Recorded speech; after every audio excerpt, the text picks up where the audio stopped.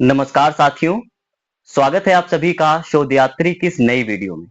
आज की वीडियो में हम विद्यापति के गीत सखी है हमर दुखक नहीं और की व्याख्या करेंगे।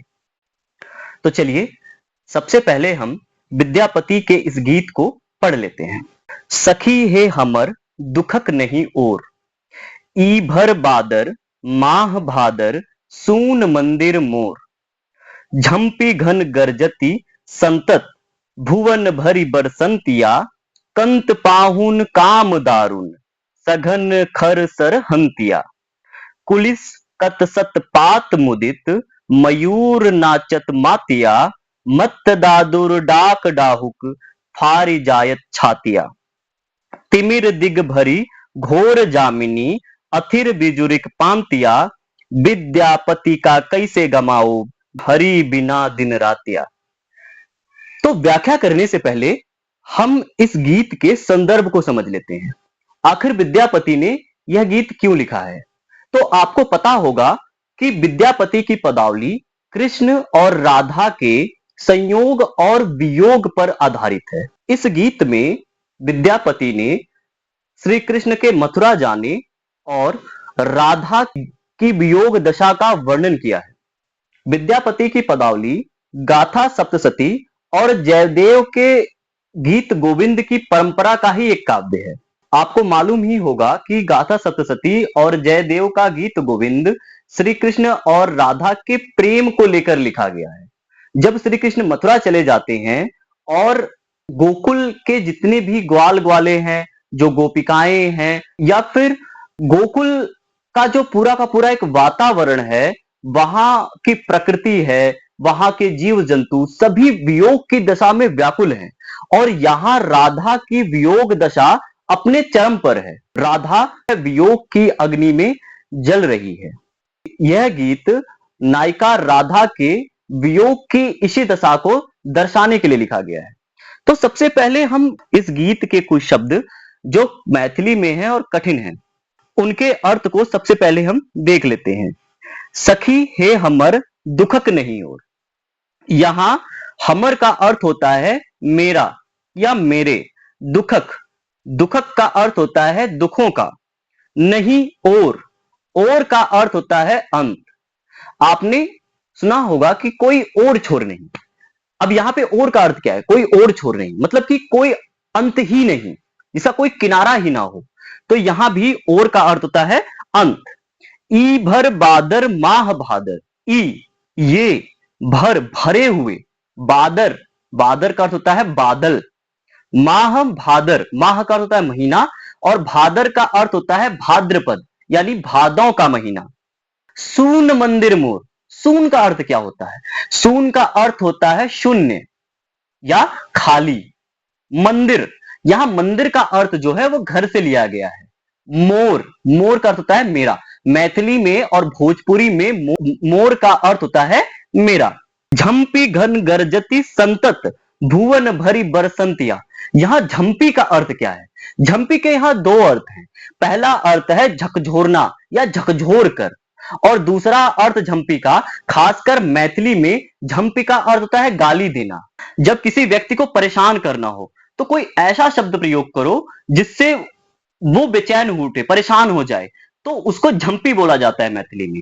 यहां पर अगर आप इसके संदर्भ को भी समझेंगे तो जो राधा नायिका है वह वियोग में इतनी व्याकुल है, वियोग की पीड़ा से इतनी परेशान है, इतनी बेचैन है, इतनी अस्थिर है कि उसको हर एक शब्द, कोई ध्वनि भी अगर सुनाई दे तो वो भी उसको लगता है उसे परेशान कर रहा है। वो यहां पर जो बादल हैं, अब जब आगे हम व्याख्या को देखेंगे तो आप समझेंगे कि जो बादल जब गरजते हैं तो योगी नायिका राधा को वो बादल भी लगता है, उसका गरजना भी लगता है, उसको गाली दे रहे हैं, उसको परेशान करने के लिए गरज रहे हैं। भुवन भरी बरसंतिया, भुवन का अर्थ क्या होता है? भुवन का अर्थ होता है धरती, पृथ्वी, संसार, दुनिया। भरी, भरी का अर्थ होता है भरा पड़ा, या फिर भरी का अर्थ होता है पूरी दुनिया भर।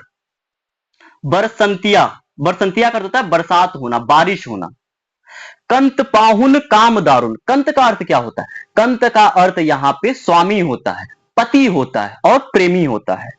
पाहुन, पाहुन के दो अर्थ हैं, एक तो अतिथि होता है, दूसरा होता है प्रवासी।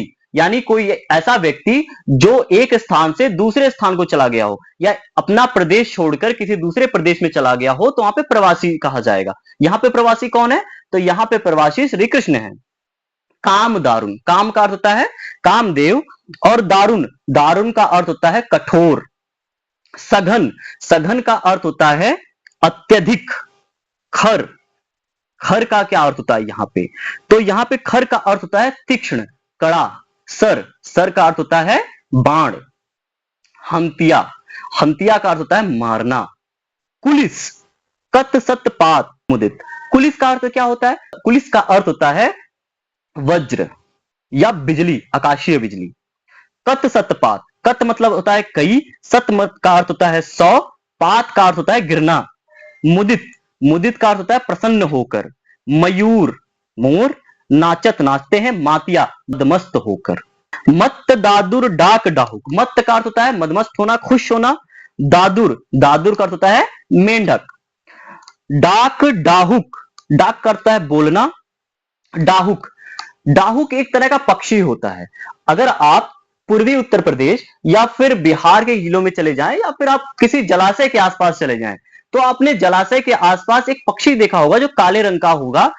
इस पक्षी को वहां पे बनमुर्गी कहा जाता है और इसे हम मैथिली में डाहुक कहते हैं, या जलाशय के आसपास रहने वाला पक्षी आप मान सकते हैं।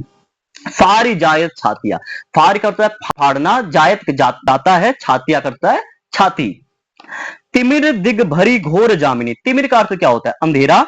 दिग का अर्थ है रास्ता। भरी, घोर, घोर का अर्थ होता है अत्यधिक, या फिर आप जब काली रात अब जब देखते हैं यहां पे जामिनी का अर्थ होता है रात। घोर जामिनी यानी एकदम काली रात।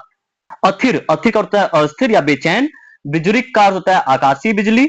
और पांतिया, पंक्ति में। विद्यापति का कैसे गमाओ, कैसे का अर्थ होता है कैसे।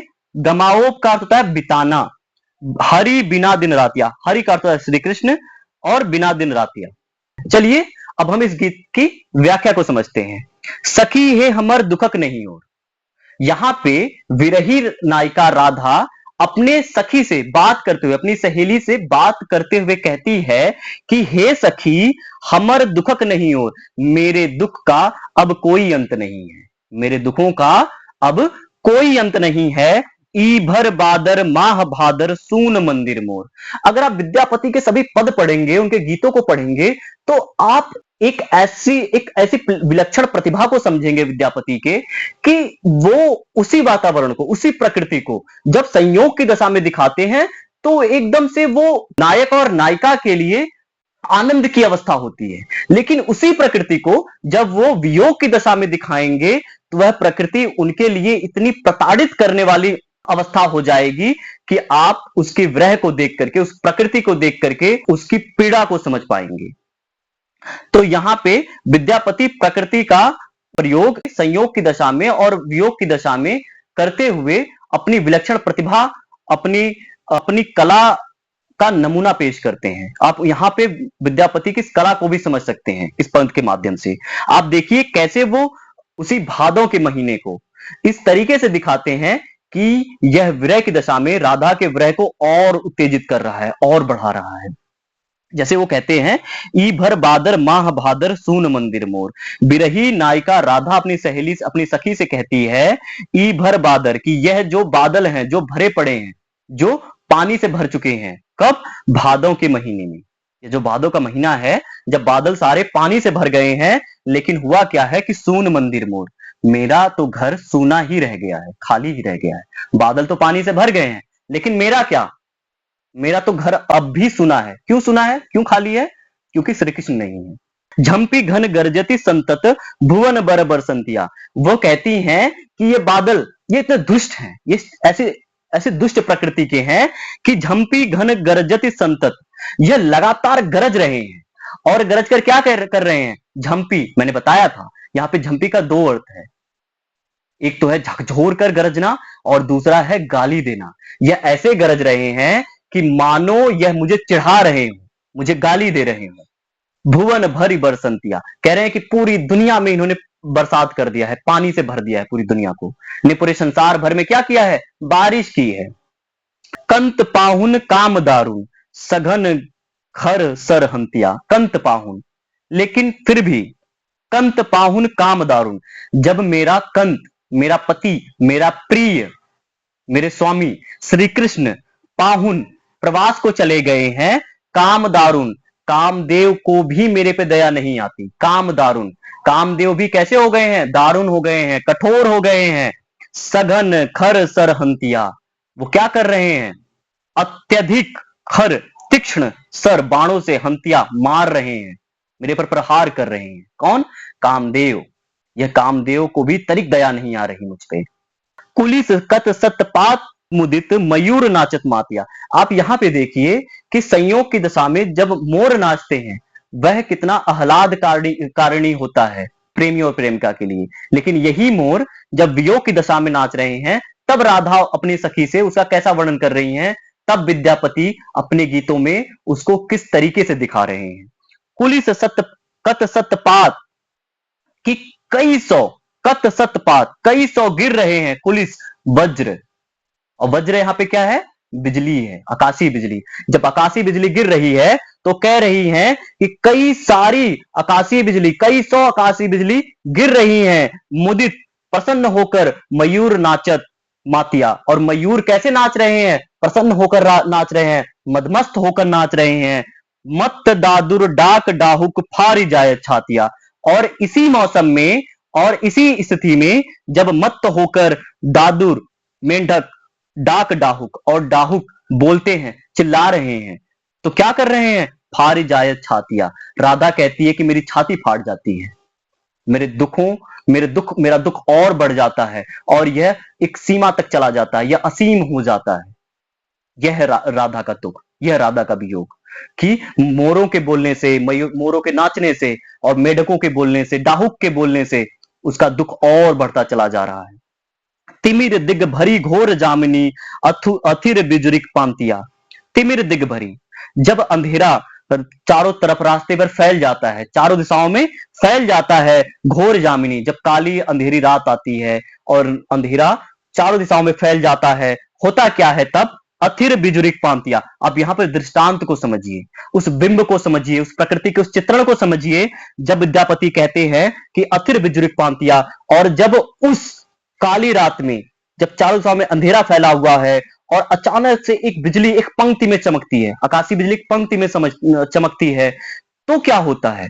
तब उस नायिका का हृदय एकदम बेचैन हो उठता है, उसको देख करके वो घबरा जाती है, और यह घबराहट अपने प्रिय के प्रति चिंता को भी दिखाता है। वह कृष्ण के प्रति चिंतित भी है कि पता नहीं श्री कृष्ण इस अंधेरी रात में किस तरीके से अपने प्रवास को बिता रहे होंगे।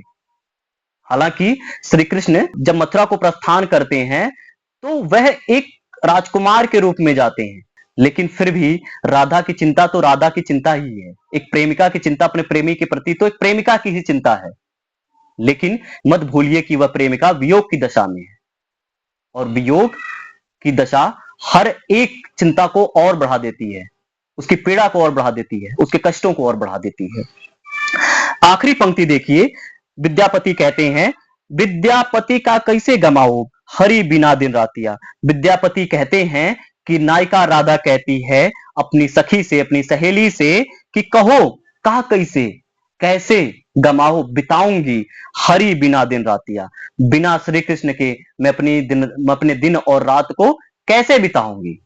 जब यह वियोग की दशा इस तरीके से बढ़ रही है कि प्रकृति का, इस वातावरण की हर एक अवस्था उसको दिन प्रतिदिन और बढ़ाती चली जा रही है, तो कहो अगर श्री कृष्ण नहीं आते हैं तो उनके बिना यह दिन और रात कैसे बीतेगा, यह महीना कैसे बीतेगा, यह पूरा वर्ष कैसे बीतेगा। तो यहां पे हमने विद्यापति के इस गीत को समझ लिया है। मुझे उम्मीद है कि आपको भी यह व्याख्या पसंद आई होगी। अगर यह व्याख्या आपको पसंद आई तो आप इस वीडियो को लाइक कर सकते हैं, और यदि आपको और इसी तरह की व्याख्या चाहिए, या आपके पाठ्यक्रम में विद्यापति के कोई और गीत लगे हों, कोई और पद लगे हों, या फिर दूसरे किन्हीं कवियों के गीत लगे, पद लगे हों जो आपको समझ नहीं आते हों, आप उन्हें हमें कमेंट बॉक्स में बता सकते हैं। हम उस पर भी एक अलग वीडियो बनाकर प्रस्तुत करेंगे। चलिए फिर मिलते हैं, तब तक के लिए जय हिंद।